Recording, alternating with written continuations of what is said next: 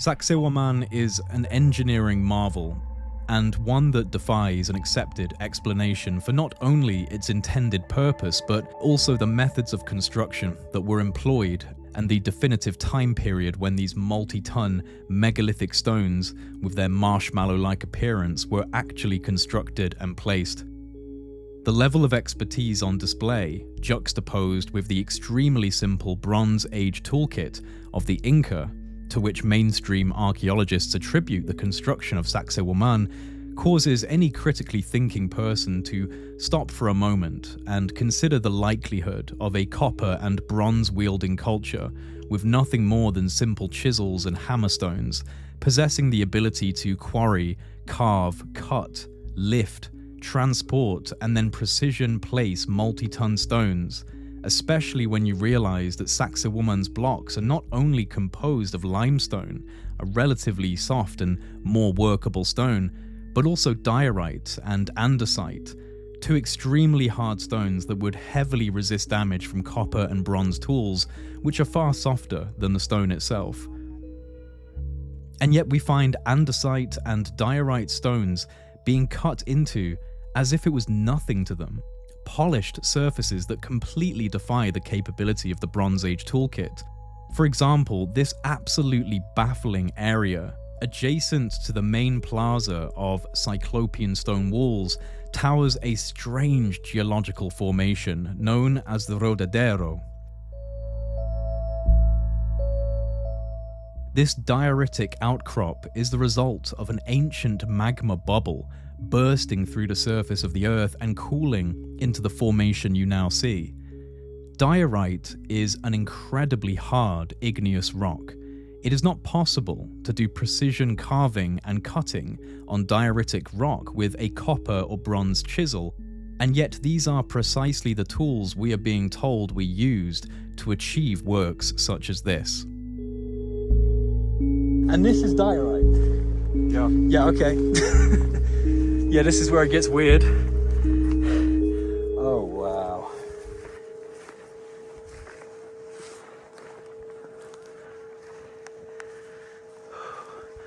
What the f***? These are not the signatures of a quarry. These cuts were done with a different purpose in mind, smoothed down to a fine finish on stone that would defy all attempts from typical Bronze Age tools to shape it. And yet here they are, invoking once again the possibility that these works belong to a different time than that of the Inca, inviting us to look for answers further back into the ancient past than the mainstream currently accepts. We have to defy their proclamations of absolute certainty, because the evidence does not agree with their conclusions. The level of expertise and sophistication of the toolkit required to create marble-top smooth precision 90-degree angle cuts into diorite rock forces us to question how and when such cuts were achieved. And they weren't just achieved once or twice. Around Sacsayhuaman, we find literally countless examples of precision stone cutting on a mastery level of expertise. Strewn across this mountainous landscape, we find one example after another of precision stonework that shows evidence of severe weathering and damage that forces us to reconsider the chronology of their creation.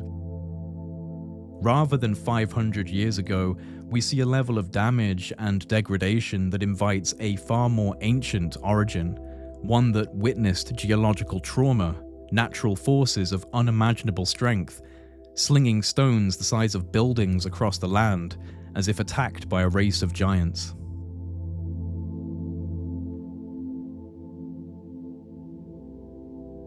Walking around the surrounding area of Sacsayhuaman away from the main walls, you will find precision niches cut directly into bedrock outcrops, andesite blocks and circular enclosures that hint of further infrastructure below.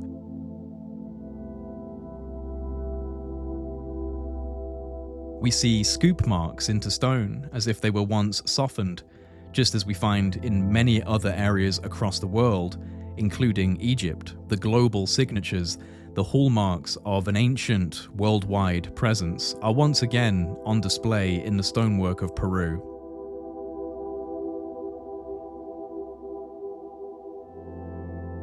And this is one of the reasons why we must give due consideration to the argument that the Inca were not responsible for these most impressive of megalithic works across Peru, because these works share the same hallmarks, they share the same common features with megalithic projects worldwide.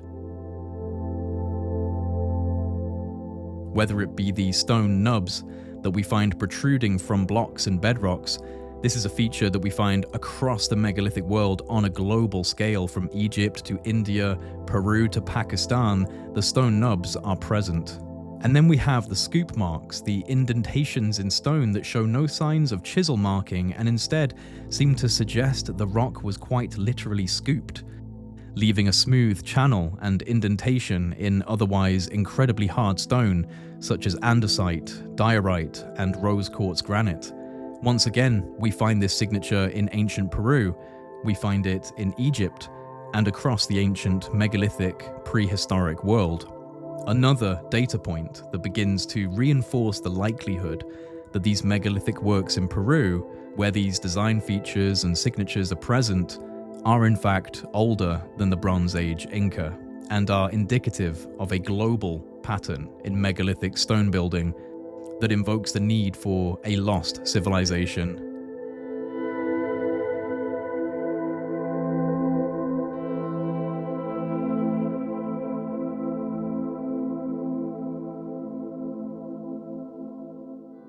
A lost chapter of human history, of which we have evidence for in the form of architectural anomalies, oral tradition, and cultural myth worldwide, and Peru is no exception.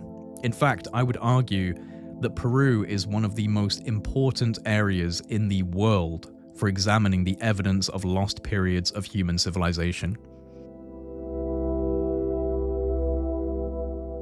As we continue to journey across the area surrounding Sacsayhuamán, we continue to encounter one stonework anomaly after another.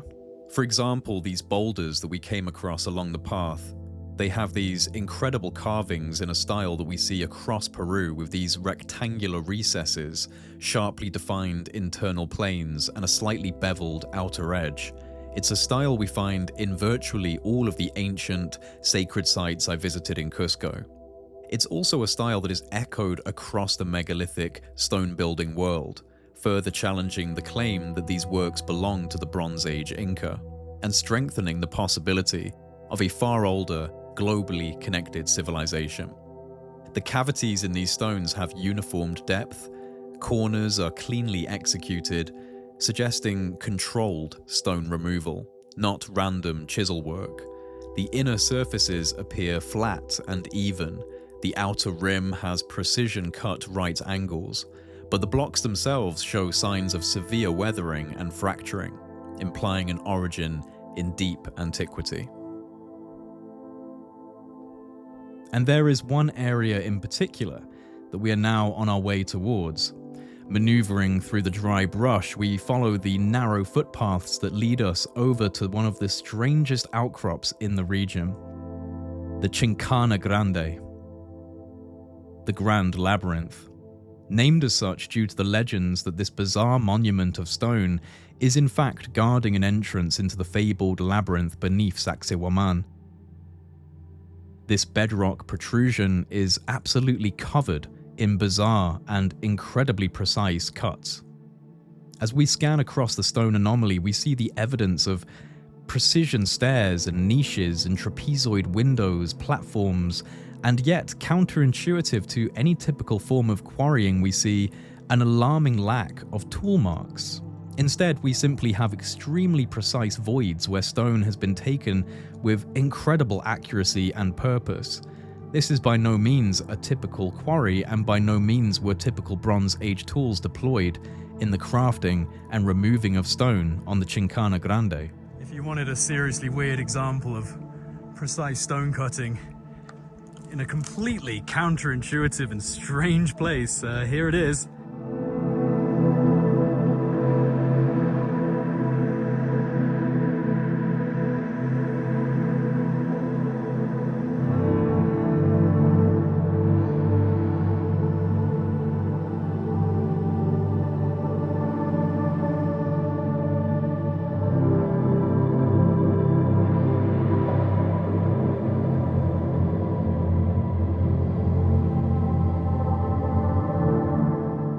As we move around the perimeter of the outcrop, we notice something quite remarkable. A colossal block of stone lies on its side at the base of the Chincana, with these strange stepped cuts running down it. And as we observe the Chincana Grande itself, we see the clear imprint of where this gigantic piece of rock once belonged. The clear marking of stair-like indentations, this huge piece of the Chincana Grande was blown clean off, perhaps by Spanish raiders, perhaps through geological trauma in the region many thousands of years prior.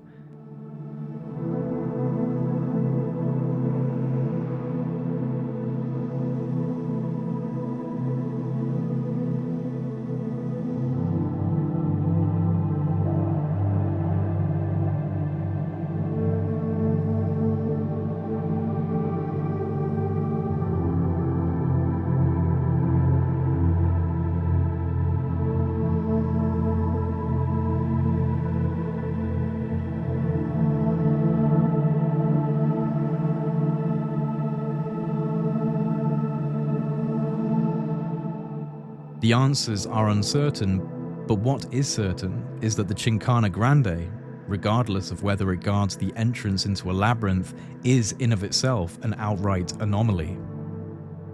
The strange cuts that encompass this bedrock outcrop do not stop on its sides, but continue all the way to the top of this enigmatic shrine.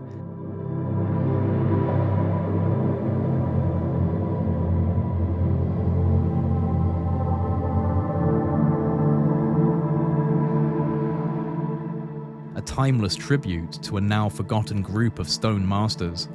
The crown of Chincana Grande continues the tradition of bizarrely precise 90-degree cuts and grooves into the stone, in formations and styles that are not comparable to standard quarrying techniques, and instead invoke a different purpose altogether, one that we still do not understand.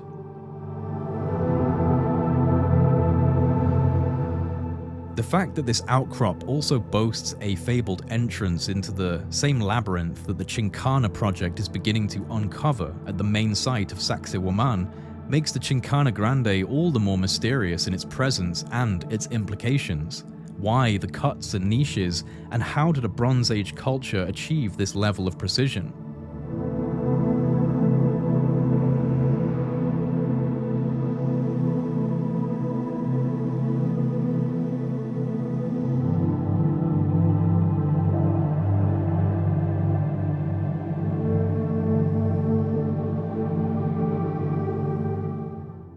Super clear. Would need to be clean, but that part. You saying there's glyphs here? Looks like glyphs. Put water on Oh, it and okay. you'll see. Yeah, I see them now.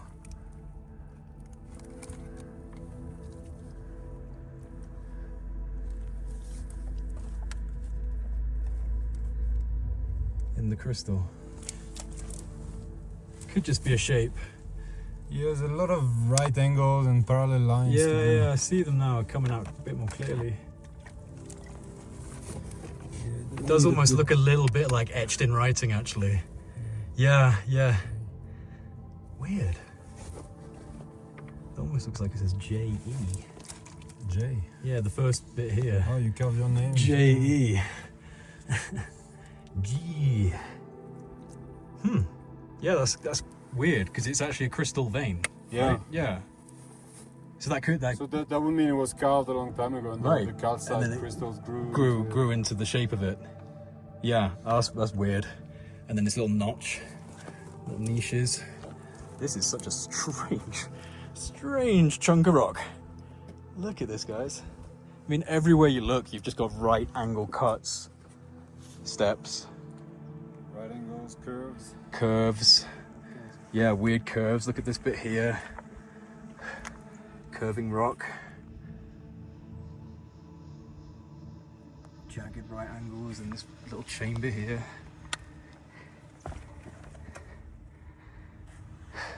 Have you done a 3D scan of this? No, but we could from the That would be cool, right? Photos, Yeah, like photogrammetry of this would be really cool. In this new episode of Ancient Technologies, I'm going to be showing you the only high-quality videos that exist of going inside two incredibly ancient temples that are hidden within the bedrock outcrops high up in the mountains of Cusco in Peru.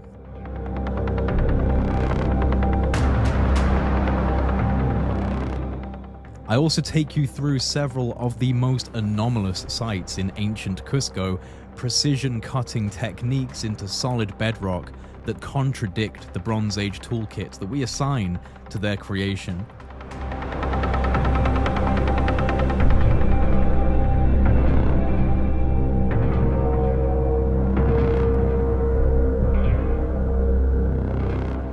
Evidence of novel methods of softening and manipulating stone in ways that we can't explain, the signatures of mechanical drilling into bedrock, all the signs of a bygone era lost to history and now spoken of only in the preserved legends and oral traditions of the indigenous people.